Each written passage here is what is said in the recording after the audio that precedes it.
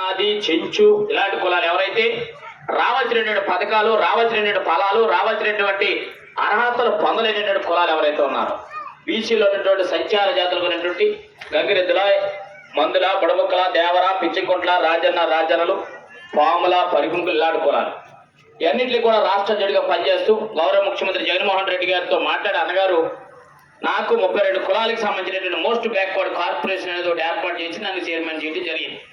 అంటే మీ కులాల మీద కూడా పూర్తి అవగాహన అంకిత భావంతో పనిచేస్తున్న సందర్భంలో నేను వచ్చిన తర్వాత నాకు పూర్తిగా అర్థమైనటువంటి పరిస్థితి ఏంటంటే ఈ రాష్ట్రంలో ఎవరైతే ఎస్టీ సామాజిక వర్గానికి చెంది గిరిజన తెగలకు చెంది ఎవరైతే ఎరుకుల జాతిగా ఎవరైతే ఎరుకుల సంస్కృతిని సాంప్రదాయాన్ని పెంపొందిస్తూ ఈ సమాజంలో డాక్టర్లు అనేవాళ్ళు లేనప్పుడు నర్సులు అనేవాళ్ళు లేనప్పుడు మంకర్సా అనే వ్యవస్థ నడిపించినటువంటి ఎరుకుల జాతికి ఈ రోజున పూర్తిగా అన్యాయం జరుగుతూ ఉన్నటువంటి విషయాన్ని నేను గమనించడం జరిగిందనే విషయాన్ని మీ అందరూ కూడా తెలియపడతా ఉన్నాను. వాస్తవంగా నేను అక్కడ చూసినప్పుడు వీళ్ళు పాములు కులస్తులే కదా అనుకున్నా. కానీ నేను వచ్చిన తర్వాత ప్రసాదంతో మాట్లాడిన తర్వాత మీ అందరి యొక్క పరిస్థితులు విన్న తర్వాత వీళ్ళు పాముల కులస్తులు కాదు, వాస్తవంగా ఎస్టీ సామాజిక వర్గానికి చెందినటువంటి ఎరుకుల జాతికి సంబంధించినటువంటి వ్యక్తులు అనే విషయాన్ని కూడా ఈ సందర్భంగా మీ అందరూ కూడా తెలియపడతా ఉన్నా. అంతేకాకుండా నిన్న మీ అందరి దగ్గర నుంచి ఎంఆర్ఓ గారితో మాట్లాడడం, మీ ఎస్టీ సంఘ రాష్ట్ర నాయకులతో కూడా మాట్లాడటం జరిగింది.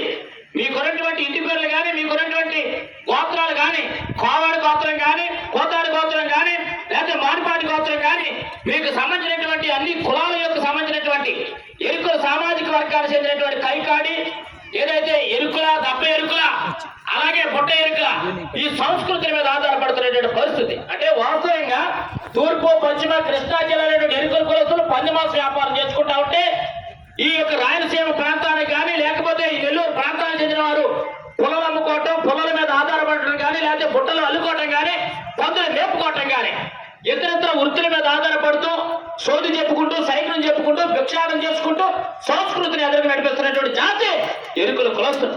అంటే విద్య లేకపోయినప్పటికీ కూడా విజ్ఞానంతో ఎదురుగా తీసుకెళ్లి ఈ సమాజంలో జరిగేది జరగబోయేది వారి యొక్క విధానాన్ని గమనించి చెప్పేటటువంటి ఏకైక జాతి ఎరుకుల కులస్తులు. ఎరుకుల కులస్తులకి ఎక్కడా కూడా భయం కానీ పిరుగుతనం కానీ లేకుండా ధైర్య సాహసాలకు ఎదురుగా ఉండి గతంలోనే రాజులకి సైనిక భట్లుగా పనిచేసినటువంటి మీ ఎరుకుల జాతి చరిత్ర చూస్తే ఎంతో అమోఘమైన విషయాన్ని కూడా మీ అందరూ కూడా తెలియపరుస్తుంది. నేను చూసిన తర్వాత వాస్తవంగా అన్యాయం జరుగుతా ఉంది. ఎరుకుల కులస్తులుగా ఉండి కూడా ఎరుకుల సర్టిఫికేట్ ఇవ్వడానికి ఎస్సీ సర్టిఫికేట్ ఇవ్వడానికి కొన్ని ఇబ్బందులు ఉన్నాయి. ఆ ఇబ్బందులు తొలగించాలని మీ అందరి దగ్గర నుంచి కూడా అన్నగారు మంత్రి గారితో మాట్లాడటం జరిగింది. ఈ దగ్గర గొప్ప విషయం ఏంటంటే ఏదైనా కానీ విషయం చెప్పిన తర్వాత ఆ విషయం పరిష్కారం అయ్యేంత వరకు కూడా మమ్మల్ని కూడా నిద్రపోకుండా ఆయన పనిచేసే వ్యక్తి పాల్గొన్న నాగేశ్వర గారు. ఆయన ఒక బీసీ సామాజిక వర్గాన్ని చెంది ఒక బలహీన వర్గాల్లో పుట్టి ఈ రోజున రాష్ట్ర మంత్రిగా జగన్మోహన్ రెడ్డి గారికి రైట్ హ్యాండ్ ఉన్నటువంటి వ్యక్తి అన్న కార్పూర్ నాగేశ్వర గారు మీ ఏరియాకి రావడం చాలా అదృష్టంగా నేను భావిస్తున్నానని చెప్పి మీ అందరూ కూడా తెలియపడతా ఉన్నాను.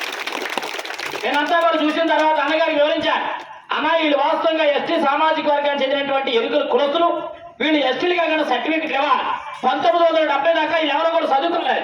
వాస్తవంగా మీ చరిత్ర చూసినట్లయితే 1961-62లో మీ ఎన్నెలకంటి రాఘవయ్య గారు మీ నెల్లూరు జిల్లా వాసి, మీ నెల్లూరు జిల్లాకు సంబంధించిన వాసి